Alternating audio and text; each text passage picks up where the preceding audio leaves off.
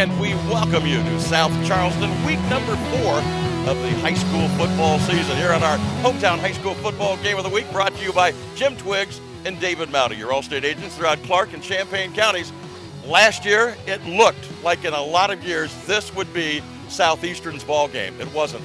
They took a 21-0 lead, saw that evaporate, and West Liberty Salem played their closest ball game in the 10 that they played last year and won all 10 of them. What about tonight, Mike?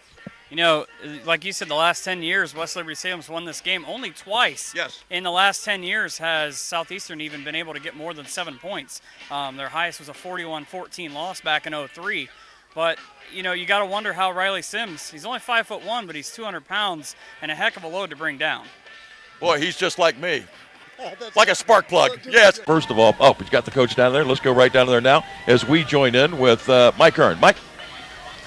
Guys down here on the sideline looking for a good game. Both teams not really totally familiar to each other, but we're joined by head coach Greg Bonifay. And Greg, for you guys, a tough loss last week, but what do you have to do to pick up your first win over a good West Liberty team for the first time in 10 years?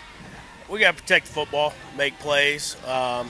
You know, last week we had a few extra turnovers that we didn't need that cost us in the end, and you know, mentally I think our kids are ready.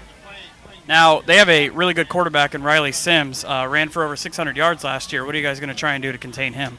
Well, I mean, our defense is playing tough right now, and you know, we're flying to the football. The biggest thing is getting 11 helmets to the football. So we'll take a break. Well, actually, we'll head back up to the booth with the guys, and we'll see the helicopter deliver the game ball. All right, we thank you, Mike. One thing I was going to ask, the sidelines, and see what's going on, get some final thoughts from our man on the sideline, Mike Hirn. Mike, what's going on? For Southeastern to win this game, they'll need to get control of and give P.J. Banyan time to throw the football. Their 4-2-5 defense will give Riley Sims, the West Liberty quarterback, who's only 5'1", plenty of trouble as they'll be able to bring the blitz off the outside. And guys will have to see how that plays out and rather if Sims is able to run the ball like he's been known to do. Yep. Guys, the difference in this game thus far is Riley Sims, the West Liberty quarterback, has been able to pretty much set up Southeastern inside-outside. Every time that they look inside, they throw outside on that slant pass and the high pass like you saw, because he's got tall receivers, 6'3", 6'4", but every time that they try and go outside, they just run it straight up the middle on the inside for big yardage. Yeah, you know, it's just opening. Because something really has to change pretty quickly here. And Mike Hirn has something for us down the field here, Lee.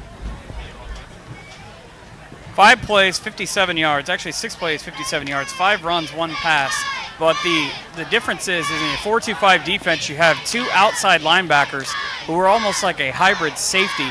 When West Liberty Salem saw the last drive, the hybrid linebackers started to cheat inside. That's where West Liberty set them up with a run and ultimately threw that pass for the touchdown on the outside in the corner.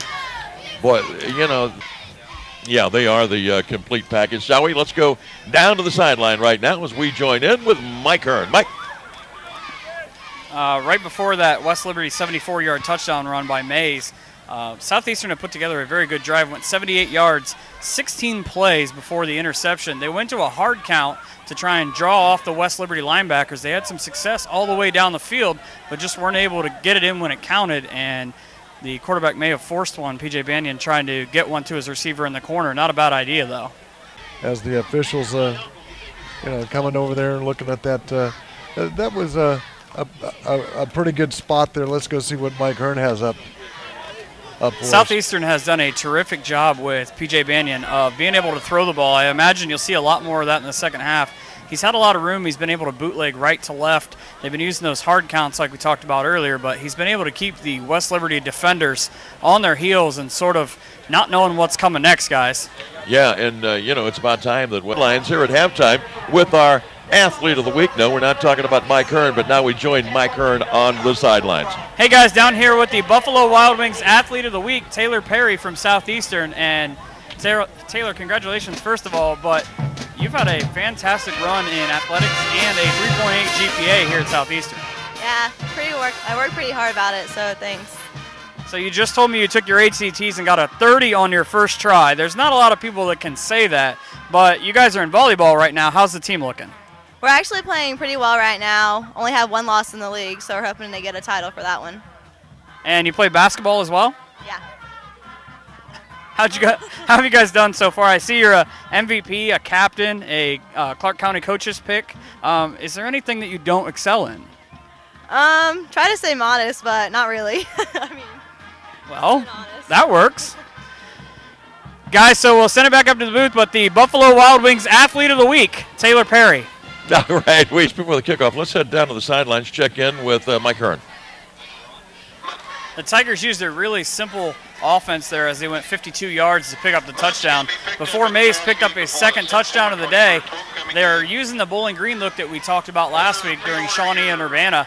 The quarterback comes up to the line, does Sims with 2 plays, run or pass, and they're checking to see what the defense will give them. And as you saw, they've gone run a lot and very successfully. Fourth quarter, and as we get ready, let's go down to the field right now and join in with Mike Hirn. This game has really come down to defense. Southeastern did a lot better job in the third quarter, able to shut down the West Liberty attack, holding them to only 1 touchdown. But the duo of Sims and Mays have run for each close to 150 yards total, and Mays has broken off 2 touchdowns, 80 yards, 74 and 6 on his 2 touchdown runs. Look to try and get those 2 stopped to maybe get it a little bit closer in this one. All right, we thank you, Mike. Nice.